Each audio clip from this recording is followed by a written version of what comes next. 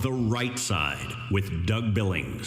Hello, America. Hello, world. Welcome to The Right Side. I'm Doug Billings. A horrifying and barbaric gang rape scandal in Great Britain has shocked the world, folks. Gruesome language. We've got to talk about the story, though.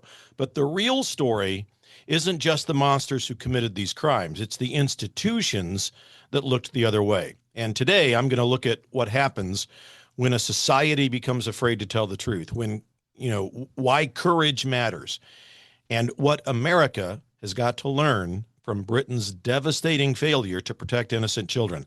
Ladies and gentlemen, the right side is now upon you. Are you ready? Let's get into it. The Right Side with Doug Billings. We are not liberal snowflakes who melt away in the face of tragedy, adversity, and challenge. We are a covenant nation under God, and his divine providence is not dead and it's not gone. It is living within each and every one of you. And you will bring it to life in such a way that the world has never seen before. We never back down. We never give up. We march forward.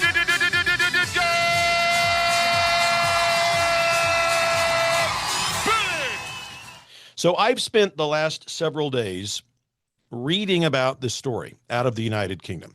And to be honest with you, I wish I hadn't, because it's not because I don't think that it's an important story. It absolutely is an important story. That's why we're talking about it. But because some stories leave you very angry and they leave you affected, and some leave you disappointed. This particular story left me asking questions that are difficult to answer. I think, the more I've thought about it, the more I found myself coming back to the same question over and over again. How? How the hell did this happen? Not how could evil people do evil things. Human history is full of evil people. Unfortunately, that's not a mystery. The mystery is something else, though. How did thousands of adults look the other way? How did police officers look the other way? How did politicians look the other way? Social workers, bureaucrats, entire institutions looked the other way, as if they were trying to convince themselves that what was happening wasn't worth confronting. Those are the questions that keep rattling around inside of my head, because, ladies and gentlemen, monsters have always existed, okay? Civilizations aren't judged by whether monsters exist. Civilizations are judged by how quickly decent people stop them. That's the real test. And when I look at this story, I don't see a failure of law enforcement necessarily, at least not primarily. I don't see a failure of government, at least not primarily. I see a failure of courage. And those are very different things. One of the advantages of age is that you've lived long enough to see patterns repeat themselves. Different names, different countries, different headlines, but the same pattern. People become afraid to tell the truth. And then they become afraid to ask questions. Then they become afraid to challenge authority. And then they become afraid to say what they know. And eventually, they become afraid to defend the innocent. That's the pattern. And before anybody says, well, Doug, this is a British story. Why are we talking about Britain? Because it's not a British story, folks. Britain is just, where it happened. The lesson applies everywhere, including right here, especially right here. And again, the older I get, the more convinced I become that every civilization eventually faces the same choice. Will we tell the truth, even when it's uncomfortable, or are we going to protect the narrative? Now, if you've listened to this program for any length of time, congratulations. You're among the most intellectually mature audience in all of Radioland. But if you've listened for a while, you already know my answer to that question. Truth wins. And reality always wins. You can try to delay it. You can try to suppress it. You can punish people for speaking it, but reality eventually walks into the room and it demands attention. Always, every time. And when it does, the bills do, right? And the reason that this story exploded around the world isn't because people suddenly discovered that evil exists. Nobody needed a news report to figure that out. The reason that this story has exploded is because ordinary people instinctively recognized something wasn't right. And they recognized that too many people knew, too many people saw, too many people heard, too many people chose silence. And that's what makes this story so unsettling. You know, I spent years in education. I was a teacher, and I worked with students, and I worked with families. One of the things that you learn very quickly when you're responsible for children is that children have very little power. Obviously, adults have the power. Children don't. Adults make decisions. Children live with those consequences.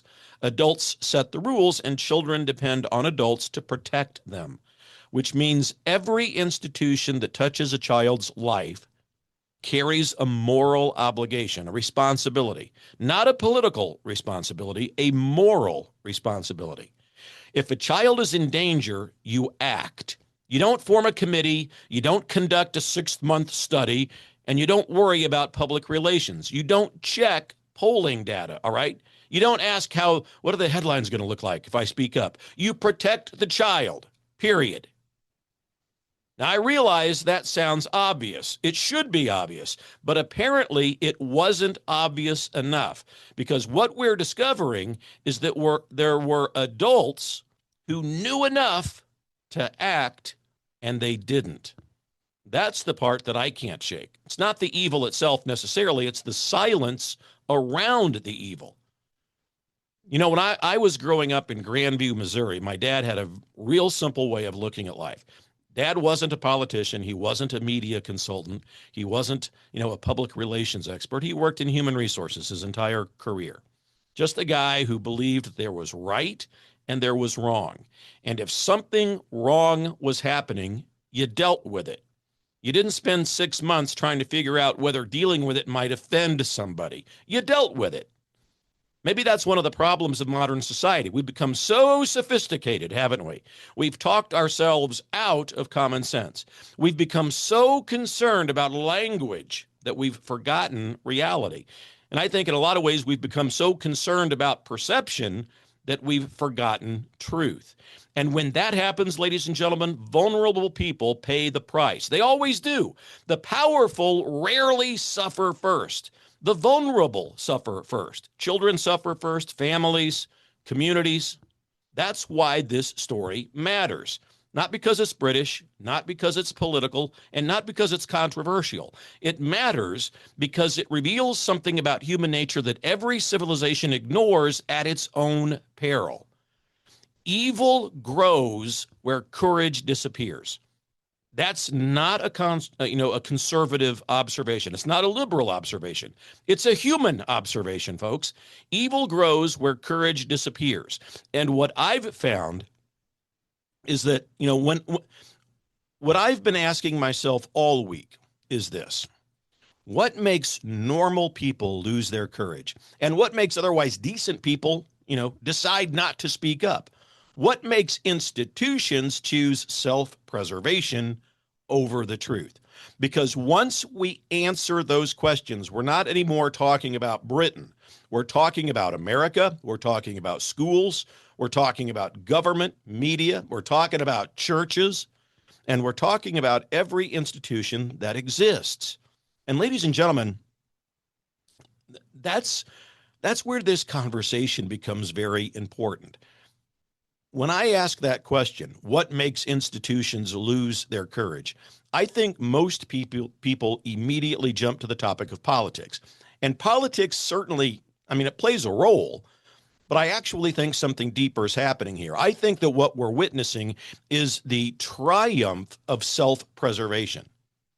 Institutions are made up of people, right? People with careers, people with mortgages, people with reputations, people who want promotions, people who don't want controversy, people who would prefer a quiet life. And there's nothing wrong with wanting a quiet life. The problem begins when protecting your own comfort becomes more important than protecting someone who can't protect themselves.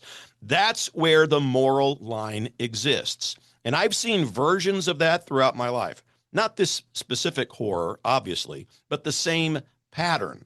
A problem emerges. Everyone knows the problem exists. Nobody wants to be the first person to say it out loud. So everybody waits. And while everybody waits, the problem grows. And then something remarkable happens. See if you haven't noticed this yourself. The people who finally do speak up are often treated as the problem. Think about that. The whistleblower becomes the troublemaker. The truth teller becomes the controversial figure. The person asking questions suddenly becomes the person under scrutiny. We've seen it in government. We've seen it in corporations and schools and churches and media. I mean, human nature doesn't change, folks. The temptation is always the same. Protect the institution, protect the organization, protect the narrative, protect the brand, and maybe, just maybe, the problem will go away. But the problems don't go away, folks. They compound.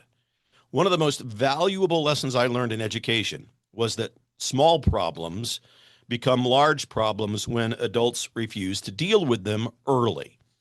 A student starts struggling. You notice it. You address it. You intervene. You help.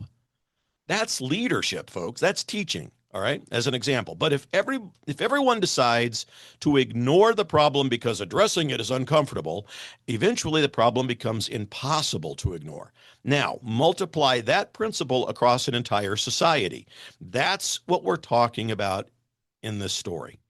And I think that's why this story has struck such a nerve around the world. People instinctively recognize the pattern. They've seen it before, maybe not in this form, maybe not involving these crimes, but they've seen institutions choose comfort over truth. And once people begin believing that that's happening, trust begins to disappear. Trust is one of those things that's easy to lose, incredibly difficult to restore. I think it can be restored. Easy to find, easy to give, but once it's damaged, it's real tough to recover. So a society can survive mistakes. We've seen that.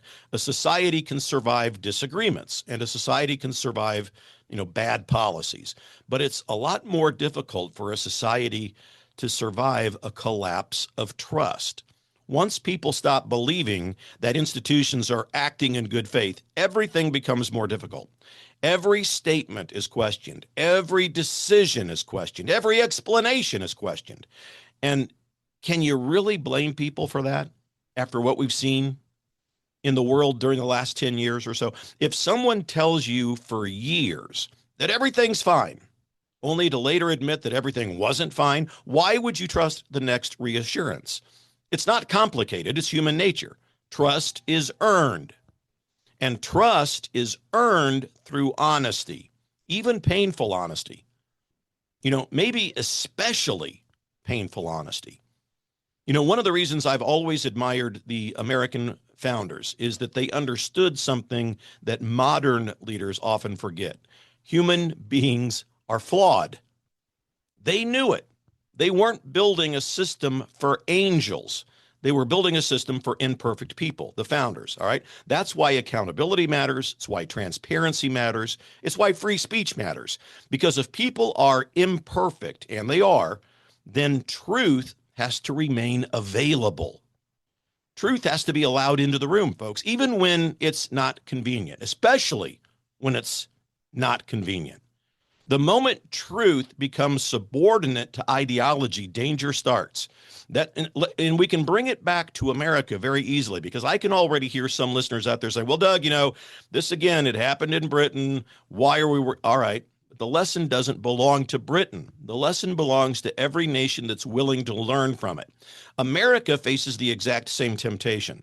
Not the same circumstances, not the same scandal, but the same temptations. The temptation to silence uncomfortable facts, the temptation to shame people who ask questions, and the temptation to protect institutions from criticism. The temptation to treat dissent as a threat instead of a safeguard. All of those temptations, they're real, and they're here in America. I've been a victim of some of those temptations, so have you. And here's what's interesting about all of that.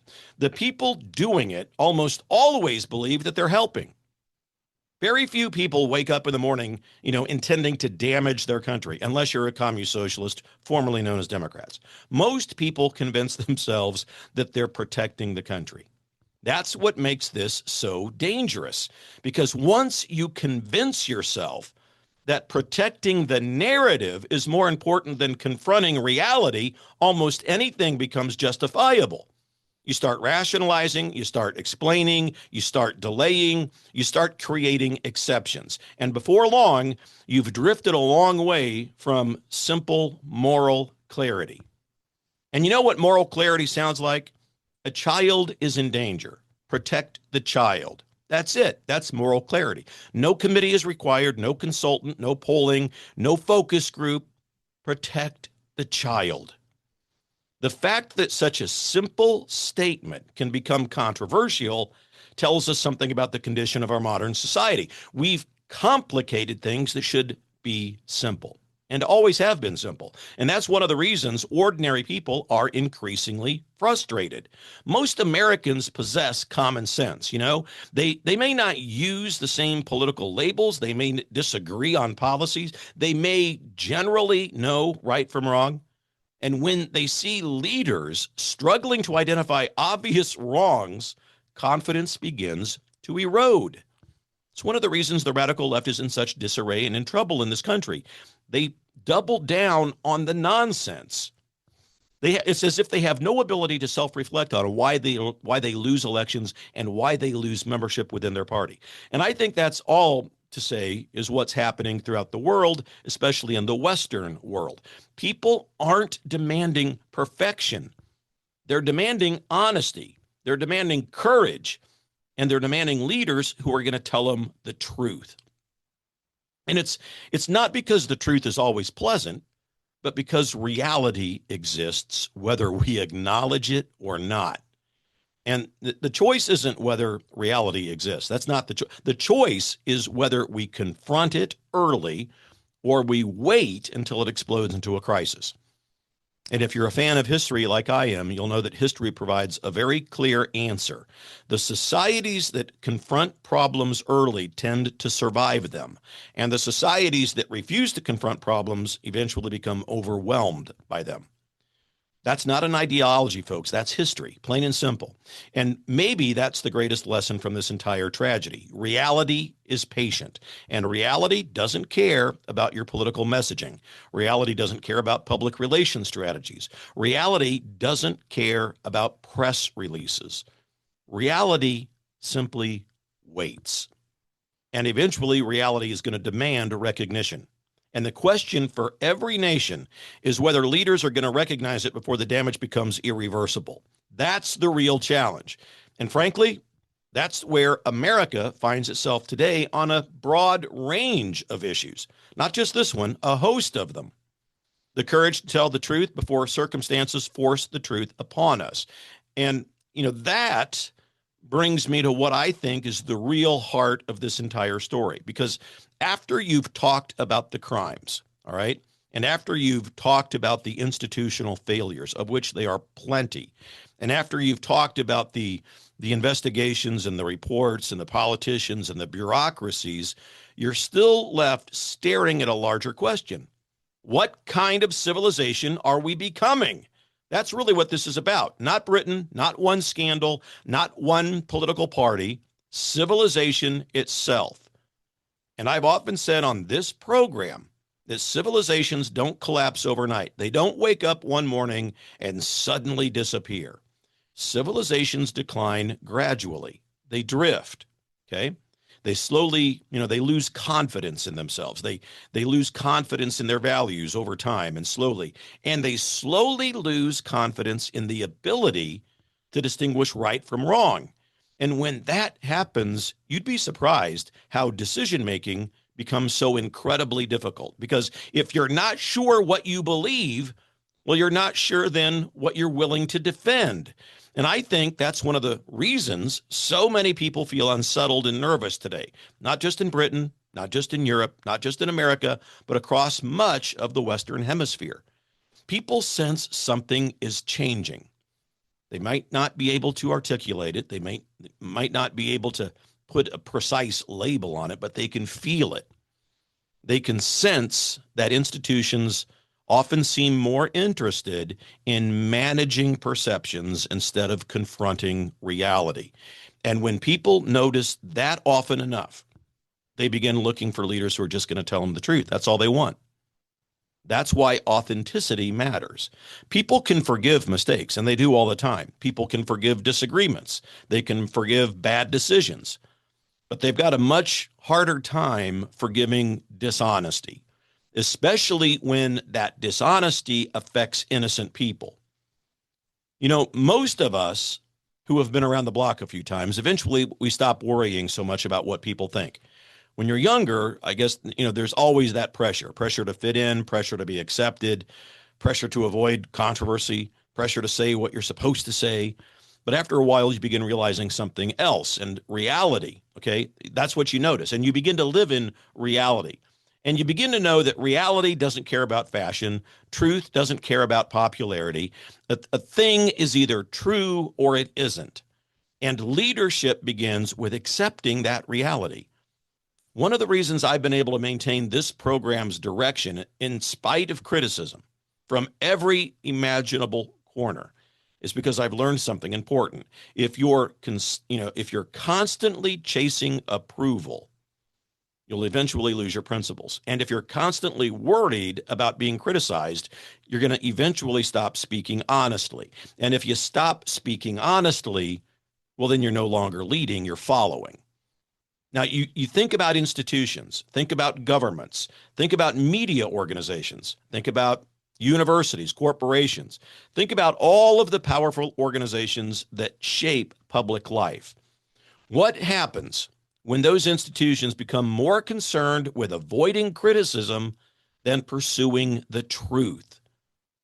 For me, the answer is obvious. Truth then becomes negotiable. Reality becomes negotiable. And eventually, the people inside of those institutions, they start to believe their own narratives. That's one of the most dangerous developments possible, ladies and gentlemen, because reality never stays hidden forever. It eventually arrives. And when reality finally collides with the narrative, reality always wins. Always.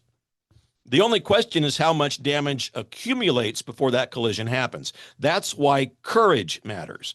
Not because courage guarantees success, it doesn't, but because courage allows societies to confront reality before reality becomes a catastrophe.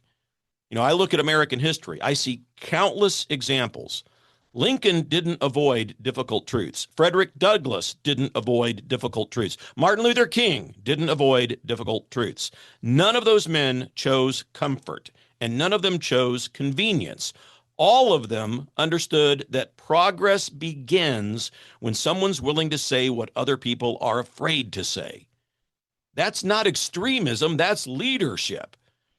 And you know what? I think that's what seems increasingly absent in a lot of institutions today. Too many people are calculating. Too many people are polling to see what to say. Too many people are testing language. Too many people are trying to find out what they can safely say.